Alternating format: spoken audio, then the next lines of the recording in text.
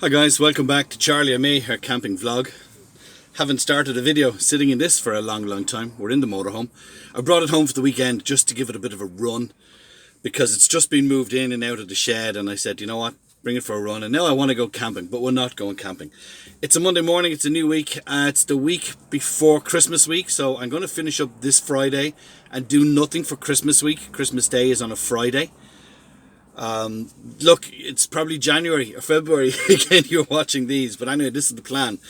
I brought the inverter with me. I got it a Victron inverter, 1200 watt, but it's very big dimensions wise, and I don't think it's going to fit behind the passenger seat.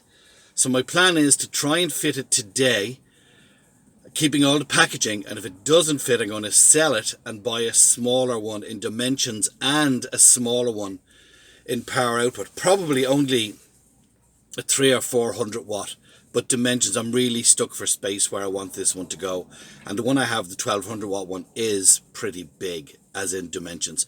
So heading out to the shed, just stopped at the garage to get some breakfast, head out to the shed. A few little tiddly bits of tidying up to do before I can even fit the inverter, but then I'll show you what we're doing.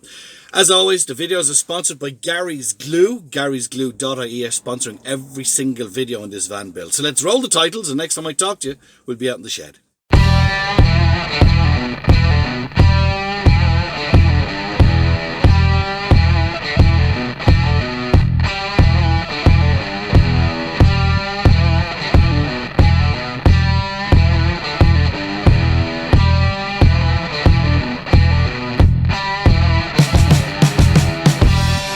So I've made it out to the yard Monday morning. I have a few little fiddly things to do. As I say, I want to take a look at the inverter, see if it'll fit.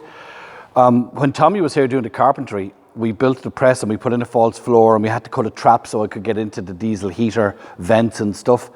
I've got to cut a little hole for my finger, so I'll be able to take out that false floor if need to do that. There's a lot of wood needs to go to the tip. Actually, there's a friend of mine said he'll take it for burning in the fire. I'm just going to do a general tidy up today. I'm hoping the solar arrives to the house today or tomorrow. But before that, I think what's holding it up is I never gave him a cable run, and I'm after coming off without my ball of twine to measure from the roof down to where the PPT or the MPPT charger unit is going, and then all the way down across the ambulance to where the batteries are. I'm a little bit unsure of what way I'm doing that, but I might go home and give that a measure, or I might actually measure it with a measuring tape if I can. I don't know. So fiddly things to do, but when I get to doing that inverter, I'll take it out of the box, I'll show you the full size of it, I'll show you where it's going. I've got to tidy up all the cables, put in a bit of a false floor that's in the ambulance there, put the press back up behind the passenger seat because I have it out while I was doing the wiring, and then that'll give me my depth and see, but I know it's going to be too big. But we'll take a look now in a couple of minutes. Okay, so let me show you what the plan is here. I've put back in this false floor. That's just this piece here is just a trunking that comes up, gives us cable access. I've just sitting that door, that press in. I had to resize that press. Now I have a press here, a frame, and that frame goes in here. And I'm hoping when I fit that, it's going to be deep enough to put the inverter in there, but I don't think it is. That's my mains fuse board. There is also a mains fuse board over there. So when we plug on site, all these cables will be tidied up, but all these cables here have to be removed. They go to the inverter and stuff. So I'm hoping my inverter will fit there, but I don't think it will. So I'm going to remount this frame first of all, just to see where we are. So this is the Victron Phoenix inverter, pure sine wave, which means it's 100% pure electricity. Doesn't damage any electronics that you might be using. However, as you can see, one, it's pretty heavy, but it's pretty big. It's actually too big size-wise for where I'm going. Well, at least it looks too big, but now that I even look at it now, it definitely is too big. So I'll take a couple of measurements and then measure inside the press as well. But I know it's just this depth. It's going to be too big. So we're looking at, let's go in inches, 5 inches. If I have 5 inches inside, I'll be happy. Believe it or not, it's just short of 5 inches deep. So I think what I'm going to do is the press that I have, I think I'm going to pack it with about 1 inch of MDF to bring it out from the wall, and then that inverter will fit. I really want to keep this inverter. It's very heavy, but I really want to keep it because it's 1200 watts. So the plan for now is to pack that wall and see if I can get the inverter to fit. And if not, I'll put it back in the box and I'll sell it.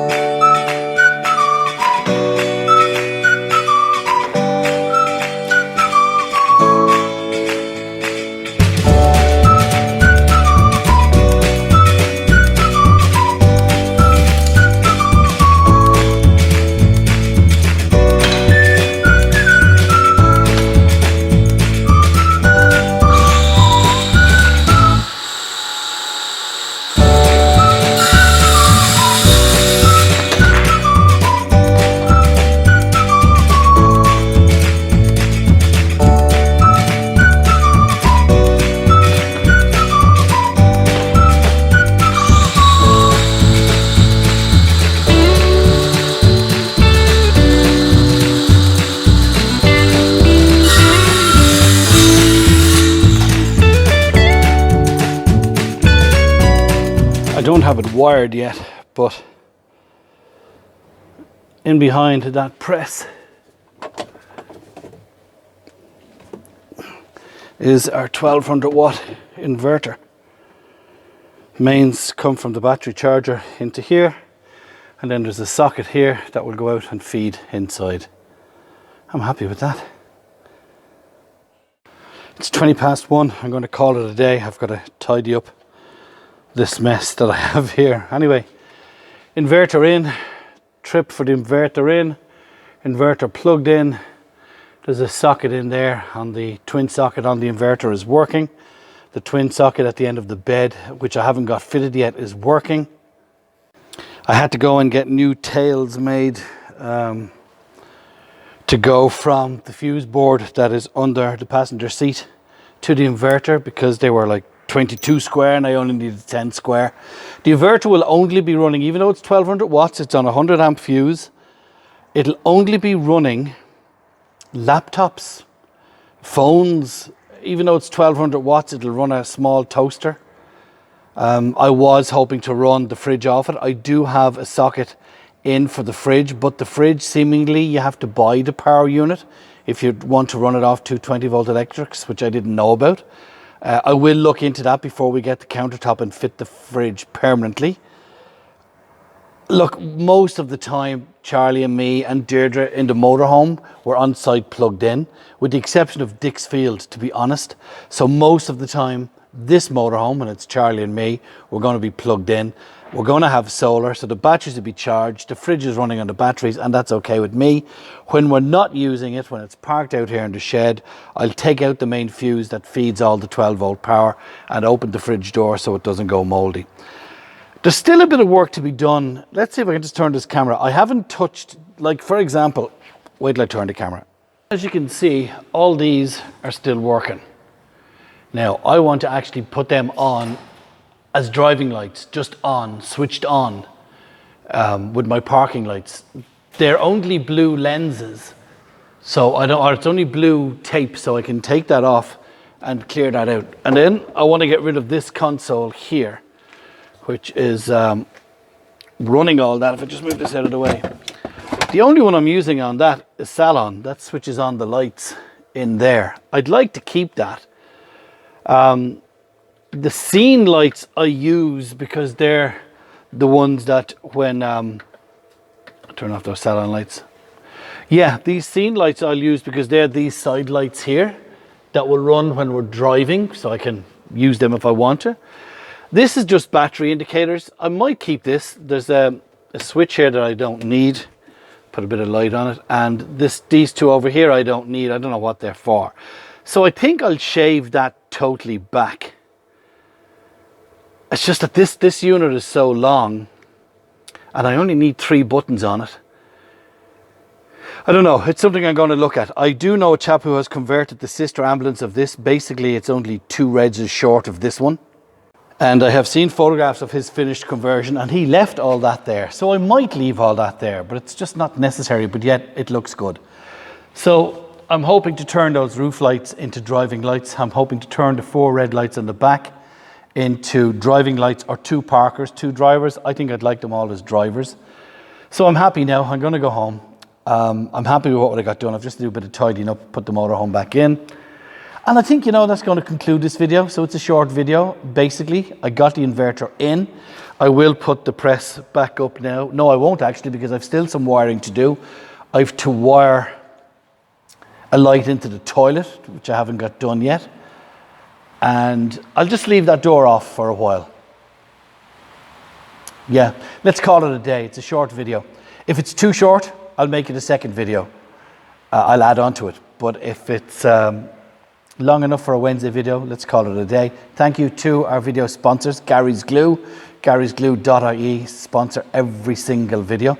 The tools that I use today are with thanks to Michael Murphy's in Waterford. If you want industrial tools, welding, cutting equipment, anything like that, check out Michael Murphy in Waterford. Dave supplied us with all of the power tools that we're using in the van build. I'm waiting for the solar to arrive. I'm hoping it's at home when I go home today. If not, it'll be in a couple of days. I think they're waiting for me to measure the cable run. In fact, I'll do that before I go home today. We'll talk again either in a couple of minutes or the next video. Stay safe. I decided to fit the press back because I am actually finished with it for the moment. And it's only held in with 4 screws. And that's what it looks like.